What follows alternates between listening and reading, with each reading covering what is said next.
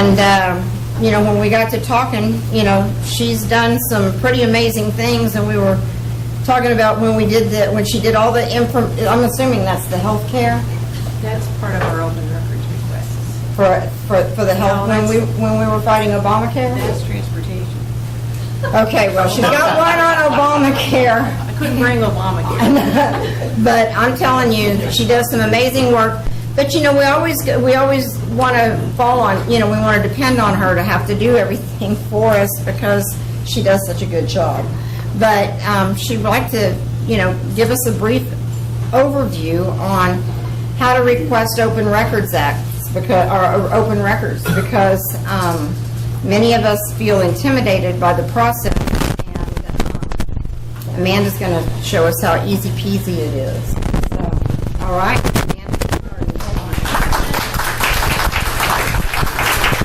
Thank you very much, and it is a whole lot easier than you think it is.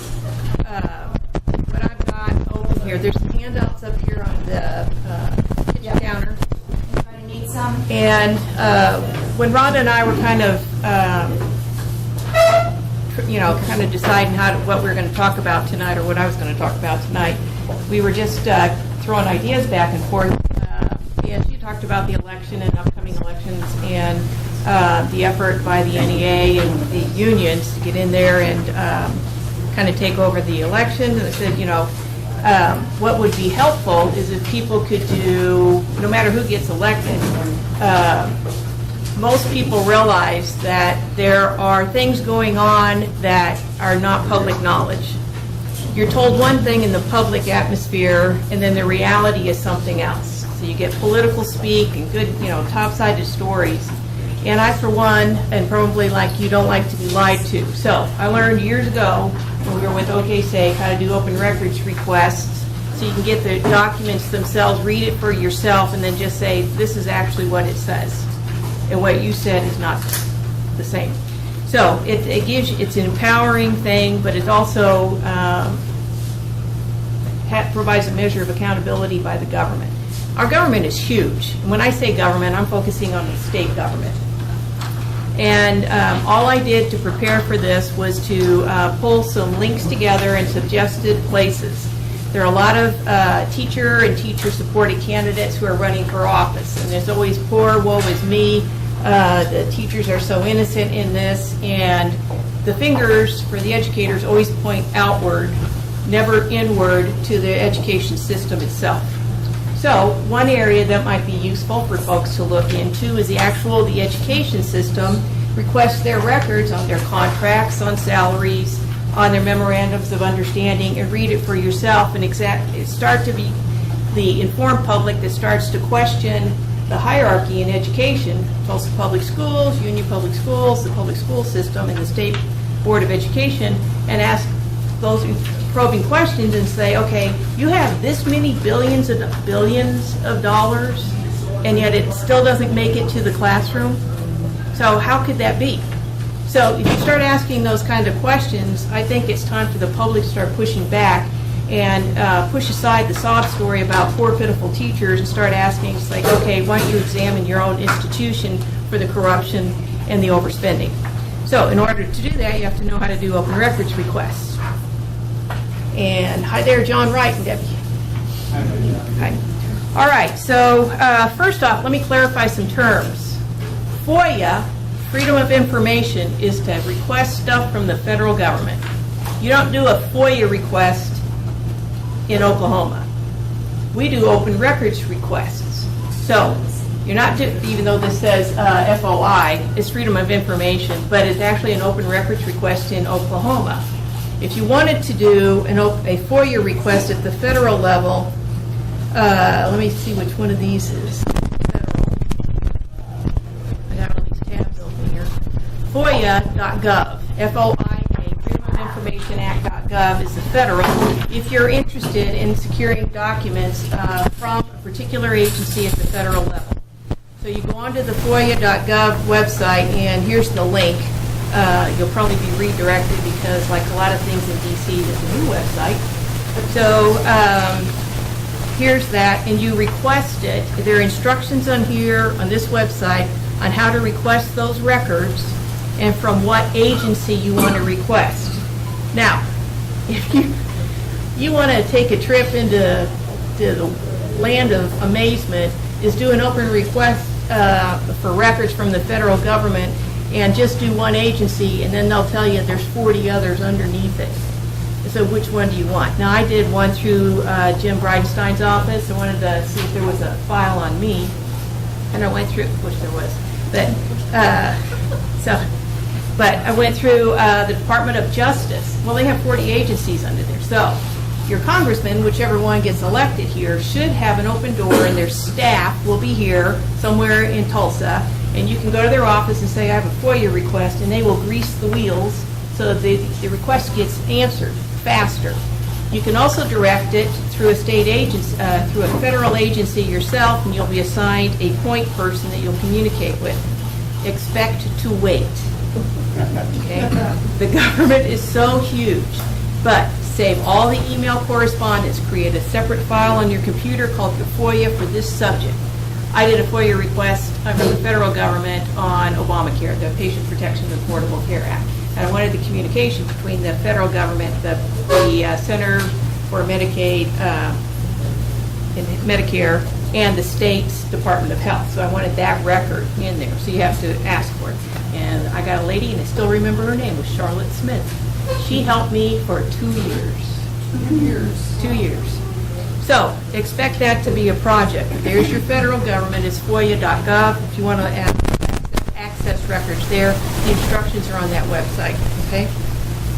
So we come back to all of these screens, and all I did was open up a bunch of tabs and have them all ready for us. All right. So this is Freedom of Information Oklahoma.org. Confuse you, it's an open records request in the state of Oklahoma. Okay, so how requesting it? This is just an open records, requesting public records in Oklahoma. All right, so it's pretty straightforward. It tells you what the law says, under, I think it's Title 21. And that may take a minute, but it just gives you the instructions, which I included. A set of instructions here from Joey Sennett at OK State, who did a great job. No need to reinvent the wheel. This is one of your handouts here from this gentleman. I took this class years ago. It's worthwhile, it's accurate, and in here are instructions. First off, he states what the law is. It requires them to, state agencies, to disclose to certain documents, the definition of what those documents are, and what agencies and who to ask for it. And always do this politely. And who constitutes a public official. It also lists some of the things that are excluded from records from being asked, and you want to pay particular attention to that so you don't get delayed by asking for something that is not disclosed. So you can't ask for personal details from folks. So one of the excluded items is you can't include state judges, justices, the Council on Judicial Complaints, the legislature, and the legislators, which is a darn shame because you know stuff there. So you already know you can't get that. However, I'm feeling relief back here. yeah.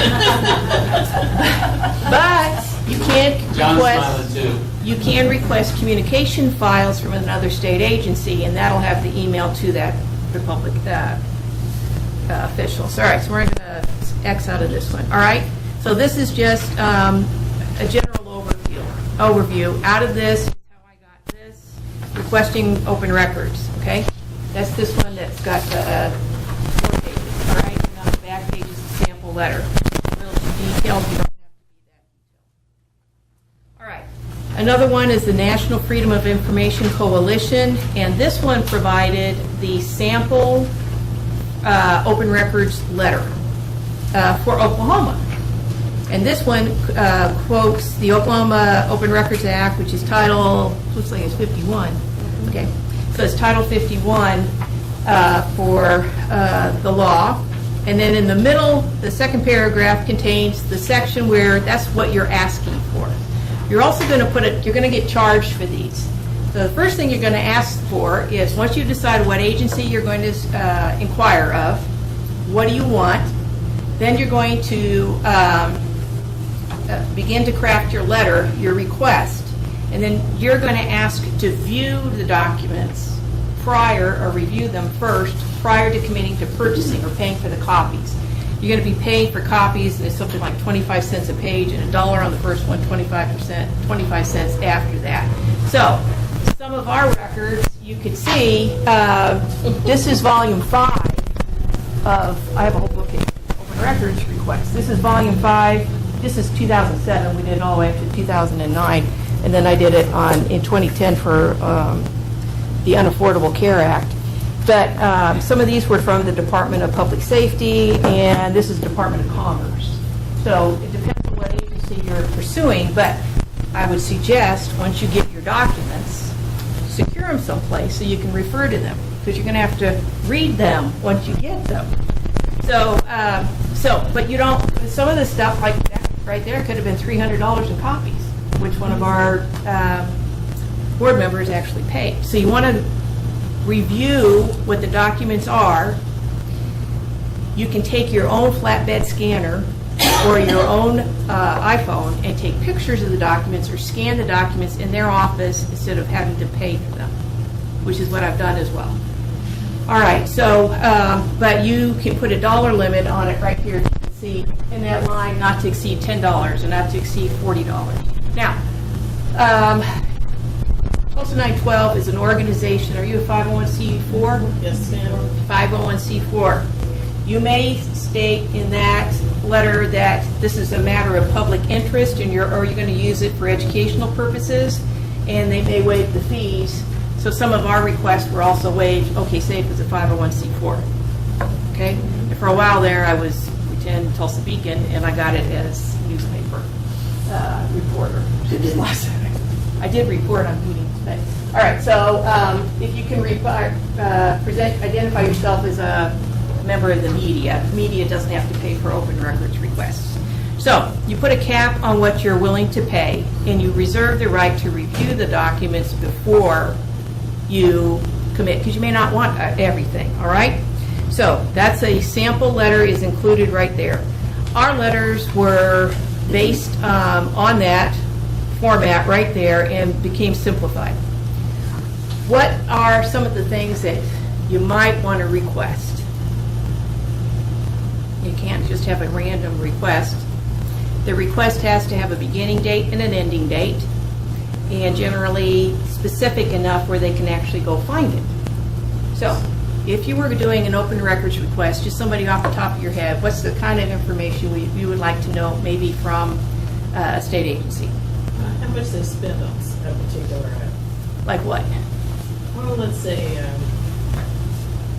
the Department of Transportation, how much did they spend paving a certain portion of a road or something like that? All right, for that kind of information, that actually may be part, as I think a lot of the expenditures are now part of the Government Transparency Act, which is now online. So you may actually be able to identify a project. So a lot of information may be online to satisfy your inquiry.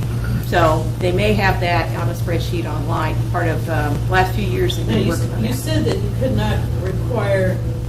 not ask for information from a particular government employee. Like, I couldn't request email correspondence between A judge.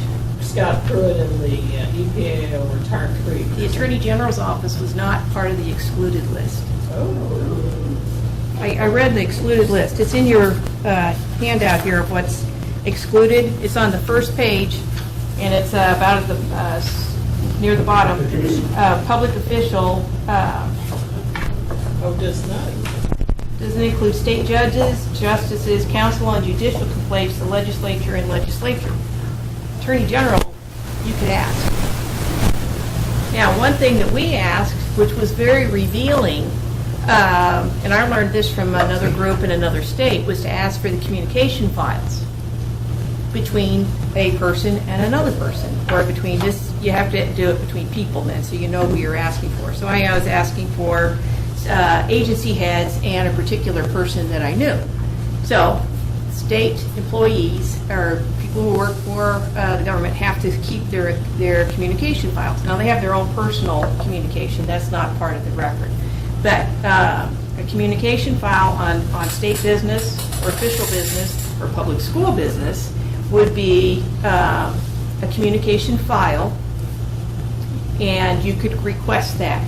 Has to have a person from and a person to, and a beginning date and an ending date. I wouldn't ask, from the beginning of statehood. So I would ask maybe from the beginning, January 1st, 2017 to December 31st, 2017. Ask for that. Or a 6-month period. Or whatever period that you're interested in. So ask for that. Okay? And then they'll start to communicate. They'll give you a timeline to say, we will get this in a few days, or we won't have it in a couple of days. All right? Are they limited by the time that they're allowed to slow walk you? The law says that they are supposed to be timely in their response, and I think there is a deadline. They have to respond within a few days that they received your request and that they're working on it. Now, it depends on how complicated your request is. You may get it within a week. If it involves different state agencies or multiple agencies or multiple people, it may take longer for each of those individuals to pull their documents together and submit it. Now, you also want it in a format you can read. And why do I say that? Is because I requested a document from documents when we first created the Chief Information Officer's position. That was a few years back, the CIO. And I wanted information from the CIO's office. And it was a communication file on their, I think it was the Capgemini contract or something to do with that $1 million contract for Capgemini, which was an out-of-state service vendor who came in and did an IT assessment across the state of all the state agencies. So I requested that document. They were moving their office, so there was a little bit of a delay, and they gave it back to me on a disk. But the disk it's in Lotus. It's in Lotus. So they fulfilled the request. They fulfilled the request, and they sent it back in a format that it's more computer language used, right? Years ago, I knew Lotus. I don't remember it. So fortunately, it's helpful to know a lot of people. I sent it over to a guy who went to work for Google. I said, can you translate this into English? So he sent it back, and all it was a series of those emails between our Chief Information Officer and the other CIOs in other states, including those for 3M and other vendors. So it was a whole network of Chief Information Officers who were part of this countrywide effort to modernize the IT systems within the states and make them more uniform one to the other. All right? But that took a little process. So when I say usable format, you do want it in a format you could read. Do they give you that option when you make your request, or do you need to? I learned from that option to ask for it in usable format, a more common language. What's the word you're using? Usable? Usable, readable. Legible? They don't put it in PDF? Some could be on PDF. They could we've had it as a PDF. We've had it sent hard copies, and we've had it on a CD, on a disk drive. Okay. Okay, I'm going to ask one more question. I know Yes. sometimes when you request it, they want to charge you. Yes. Does that include the pages, or does that include that they will charge you if they send you an electronic file? On the electronic file, I asked through Senator Brogdon's office, who was the senator, and I asked him to request it, and so he got it for free, and then he shared it with me. Then that was on that one, and that was all the memorandums of understanding that the Department of Public Safety had with other agencies. We got a boatload, so that's a whole other. That's this one is that one, and this one came with I think there's another folder. It's got a disc in it. So actually, back in 2009, there were 22 memorandums of understanding for information sharing from the Department of Public Safety, and a lot of it just had to do with your driver's licenses. So, all right. So, like I said, you can learn a lot about what your government is doing if you begin to ask questions for the actual source documents and ask them to be sent to you. All right, so this is a sample letter which you have in your handouts right there. And if the next one you could go to is what agencies would you like to request information? So I just broke this down into Oklahoma. So you got Oklahoma's state agencies, and then we also have the public school system in case somebody's interested in that. So if you go to ok.gov, and they have a search button, search area. This is the fastest way because you can spend a lot of time clicking on buttons. Looking for the menu where it's called Open Records. So you just come up here and type in Open Records Request, hit the Go button, and up comes 21,500 results. But this tells you the agency's rules for requesting an open record. So the first one that comes up is Department of Public Safety. That link, and it says obtaining open records. So right there are the instructions on how to request from the Department of Public Safety. Some of those would go, how many heard the Department of Public Safety is in trouble right now? Rusty Rhodes, he used to be a lobbyist, is now the DPS secretary, and their computers are not right. Anyway, driver's license. yes. Anyway, so this is Oklahoma Insurance Department, open records request there. Department of Parole Board, there's certain things you can request, but not everything. I don't know if that's interesting to Wagner County. You can ask local governments as well for this kind of stuff. Oklahoma Housing Finance, Oklahoma Workers' Compensation Commission, OMES. This one would be fun. Yes, that would be really interesting. Nobody knows what they do and how much they have, really, except that they do a whole lot and everything gets directed through their office. We used to have an agency called the Office of State Finance, right? And it kind of got swallowed up into this. So remember the Chief Information Officer that I mentioned? They're in OMES. They have their own facilities. They've got storage. It's a beautiful place. Preston Dorflinger helped me with some records when I went in there once. That was before all of his troubles. And directed me to a nice young lady who helped me with open records requests. I forgot what that was about. Don't they administer or make most of the purchasing contracts with the state? Isn't that right? Is that? Well, we have one of their contracts as heating and air conditioning for the Department of Rehabilitation. So try and you're a contractor for OMES. Yes. But what does OEMS do? So, I mean, that's the great mystery. Right. What are they authorized to do? And then the next question is, what are they actually doing? Seriously. It's a very sparse office, and I they mean, have a lot the of original power OMES idea was that it was supposed to be a central clearinghouse. for purchasing. Right. For a lot of, and for data. You know, but then you've got a piece of the scandal for Department of Health is that they have a computer system that is so outdated that they have ancient machines so they can scavenge parts to keep the thing running. They could probably have used $30 million to update their system, don't you think? Instead of squirreling That's a away. sore point, Amanda. I've personally suffered from that 3 times. Well, we paid an awful lot for a CIO Right. and $1 million for a contract to say, how can we remedy this? The state got rid of all the guys who were the smart IT people and the software people. We got rid of all of them so we can consolidate authority into OMES, right? Because we're going to be more efficient as a good. Of course, every state's doing the same thing because all the states are being made the same systems, all being made the same. So if you say Oklahoma state legislature on the front, the back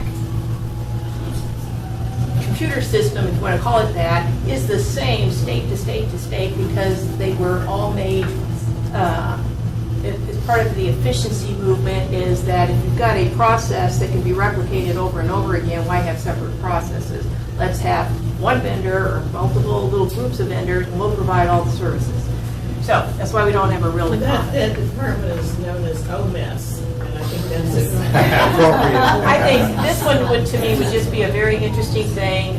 They do have access to a lot of information, so it can maybe help you get information on other agencies. but it's an interesting thing. And this is open records request form. So all I'm saying is that if you just put in open records on ok.gov, you'll get a lot of pointers on where to go to get to submit your open record and how to do it. Okay, so let's say you wanted to do public schools. Tulsa Public Schools, Deborah Gist, they're a large school district. They are always broke, and they're always trying to hire more teachers because they keep losing teachers because of salary. If you start asking some of the teachers, they're leaving because they don't want to work at Tulsa Public School Systems, and they'll go to work in another school system. I didn't bring, and I should have brought, the organizational chart for Tulsa Public Schools. It's more than 35 pages long now, and if I taped all the single pages together and rolled, and it would go across the room before you got to teachers. They're it's mostly, the last 2 pages are the classroom teachers. Everything else is administrative bloat. All these titles of positions that require a salary as justification. They're studying how students learn. They're studying the studiers of who are studying teachers. They're monitoring teachers, and they are doing Planned Parenthood outreach and public outreach and all this, and it's like they're doing all these different things, except who the heck is in the classroom teaching reading, writing, and arithmetic? Oh, by the way, we have sex education in schools, which we will get to in just a moment. I think if a group wanted to start to push back against the narrative that's out there, is that the public schools are these poor little puppies trying to do the right thing, and the big bad legislature is just beating us back and we can't do it, is got to be pushed back against, because the evil that's been perpetrated on this country has come out of public schools, changing the thoughts, the attitudes, values, and beliefs of our kids who are now adults. You know, we've got cultural decline and the failure of the church. See, they're agreeing. Other than that, I started out looking at public education, and it didn't take too long for me to realize it's totally political what's happened. And Mrs. Teegarden always had a problem when she went to school. I had kids at Union Public School and then elementary school for 13 years because of the kids' spacing. And Mrs. Pitcock said, oh boy. Okay. Mrs. Teegarden, you're the only parent that's had any problem. They are trained to say that. You just don't like anything. I said, I just don't want my kid to journal and then have them, the teacher know their private thoughts from their journal. That's not education.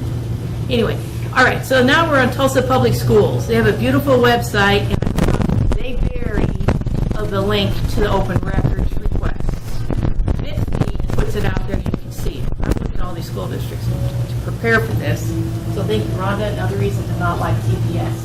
All right, so you go to TPS, Tulsa Schools, tulsaschools.org, and in here, there's a little radio arm right there. It says find it fast. That was the only way I could find the open records.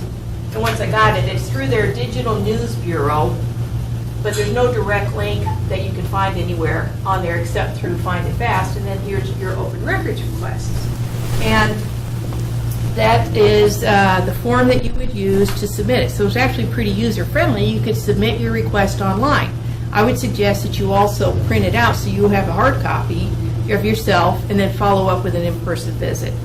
And please, first and last name, the date, the category that you want you are in, concerned citizen would probably be it, vendor, company name, etc. There's your address, your city, your zip, your phone. There's your email where it says there's an asterisk. That is a required field. And then down here, you start writing, please provide a digital copy of the contract between Tulsa Public Schools and, let's say, Planned Parenthood. They'll love that one. Anyway, about it not being a problem in society. All right, so there's open records request in Tulsa Public Schools. Now, open records requests at the State Department of Education. No problems with this agency whatsoever. It's crystal clear, transparency, Oh, yeah, they're squeaky very clean, transparent. I mean, they're audited every year. honorable. There's, all right, I'm kidding. All right, all kidding aside. How you good? Again, put in the search button. The fastest way to get there is the open records request. Just put in open records, and up comes a very helpful page, actually, on open records request, the Act information and forms. So there's your fee schedule, is the first little bullet point. The next one is the Open Records Act request form. So it's a digital form, which has been very helpful. And then frequently asked questions are right down here. So before you call and ask a question, check the frequently asked questions because your question may be there, okay? And then online open records request form. You can also do these in person, and I think this is the person that you would call, or if you have questions, you come down here, okay? And there are rules on what kind of information you can ask. You can't ask for personal information on students, obviously, or other kind of sensitive information. But contracts, for sure, teacher salaries, for sure, which is also on the State Department of Education's website. A lot of that data has been made public on spreadsheets. If you'll go through the website and click the buttons, you'll be able to see some of the salaries. All right. This is just FYI, if you think it's not in public schools, this is SECUS. It's a human right. Huh? It's a human right. Sex ed is a human right. Yes. Didn't you know that? Where have you been? Okay, SECUS is Sexuality Information and Education Council of the United States.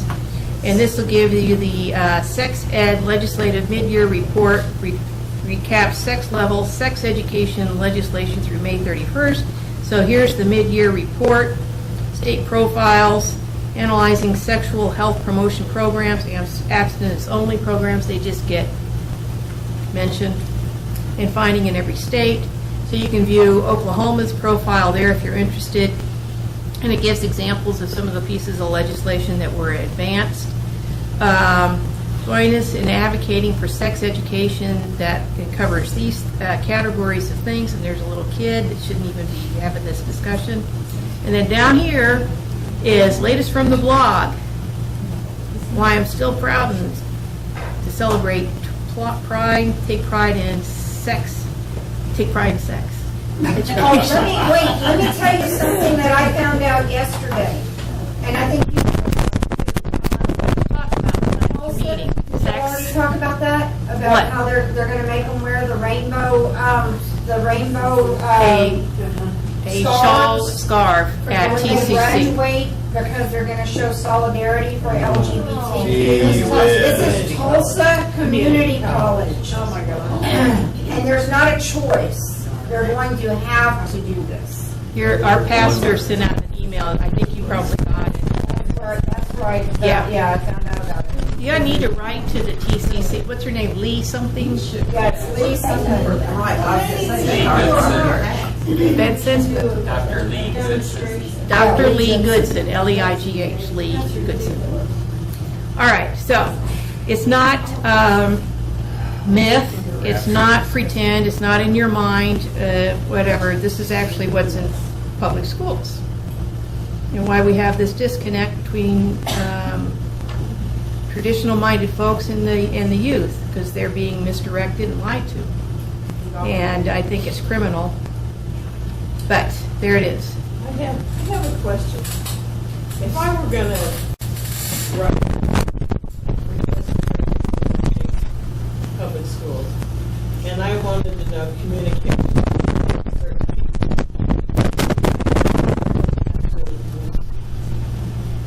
give each person's actual name, or can I cite them by their position? In other words, can I say, I would like all communication between this person and, let's say, the director of public information, or this person and by title rather than by actual name. You could ask, but it was vague. You have to ask, you call it a communication file. You're requesting a file, which is a record.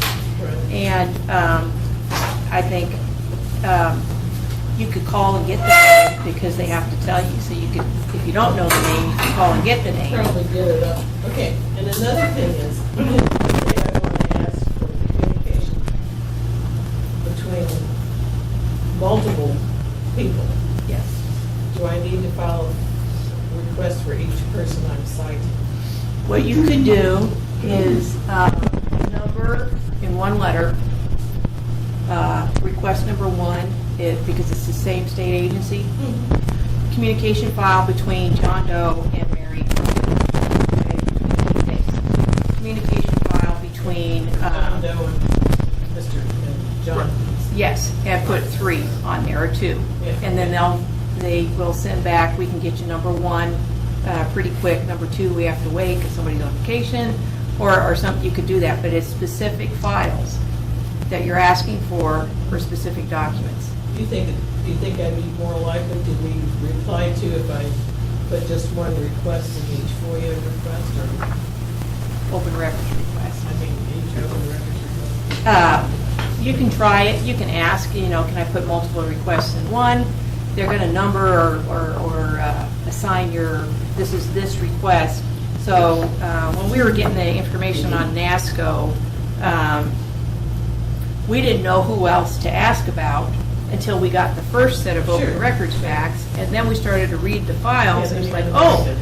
this guy's getting information. So you submit another request to say, okay, now I want this communication file between Albert Jones and Tiffany Edwards.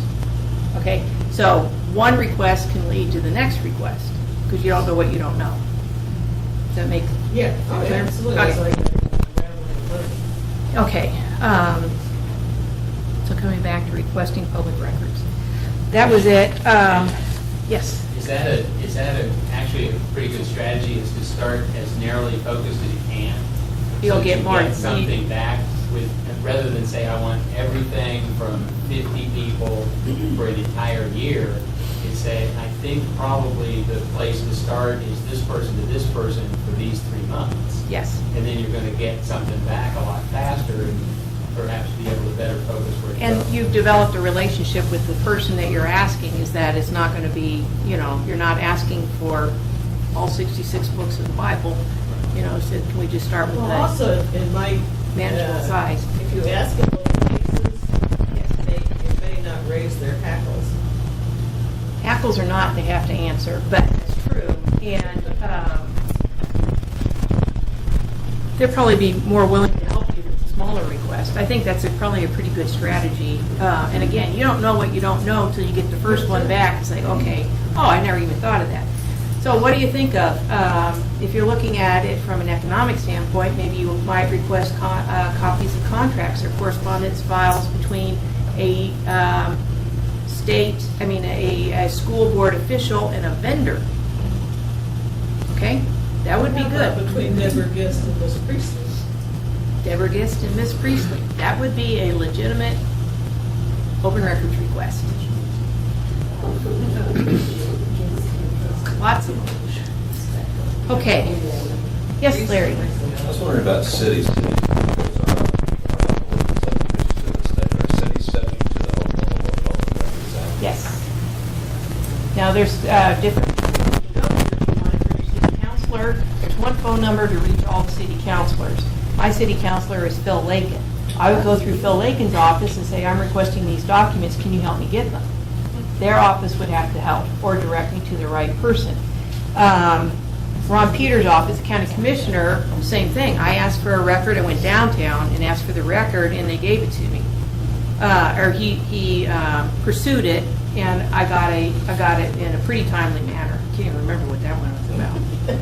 But you can do all kinds of stuff. Go downtown, make friends. The clerk behind the counter is very helpful. They're there to serve, and they will give you the information most of the time that you're looking for, or direct you to the right person to ask so you can get your information. It would be nice if a couple of you started focusing on education and just targeted one school and one set of information and then put it out there.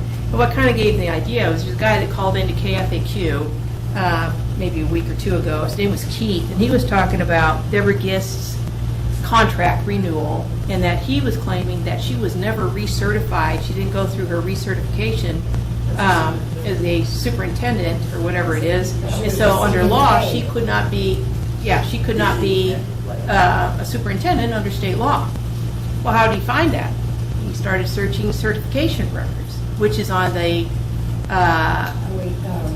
State Department of Education's website. Okay?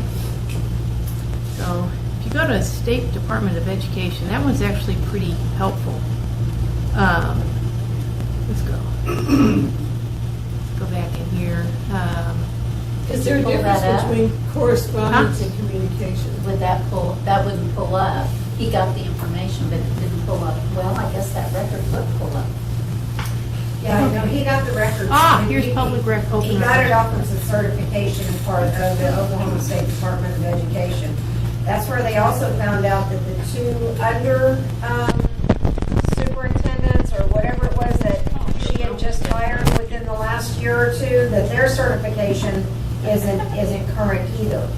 And so she's hiring these people from the East Coast, which is where she came from. And she's putting these people in there, and they're directing the agenda of public education in Tulsa Public Schools. I just did the Oklahoma State Department of Education. I clicked on public records. I came up with this Oklahoma State Department of Ed public records, and look at all the information that's here. So you could come down here if you're interested in the contracts, and you could go to Education Finance, at least start there. And I think that's where I saw some of the. And that gives you how much money each school gets and how they spend their money. I don't know. This is a more. Click on Last time I school looked at it. See your school administrators. This one did not have teachers. Local salary schedules. Current year superintendent salaries. Certified staff salary. Maybe it does. Here's the superintendent salaries. Oh, it's a Excel. We have 500, how many superintendents? I don't know. 570. 500. It goes, yeah, it goes 500, 520, 5, you know. I think I already did this one the other night. All right, so Well, there's one poor schlub in there that only makes 20 grand a year. I don't know how he managed to do something. they're probably also a teacher and have a teacher salary, where he's part-time. Anyway, so this is a spreadsheet of the superintendent's salary. Deborah Gifts, I think, is 300. So it's huge. I looked on that. So get out your reading glasses, because this is tiny, tiny. Several different numbers, but it's like $372,000. It's a lot. I mean, you're going to have to, you can come up here and just do a search on GIST. Okay. The president only gets paid Oh, Deborah Gist, 263, 319, 291, $319,000 a year. Anyway, so, all right, that's all I have.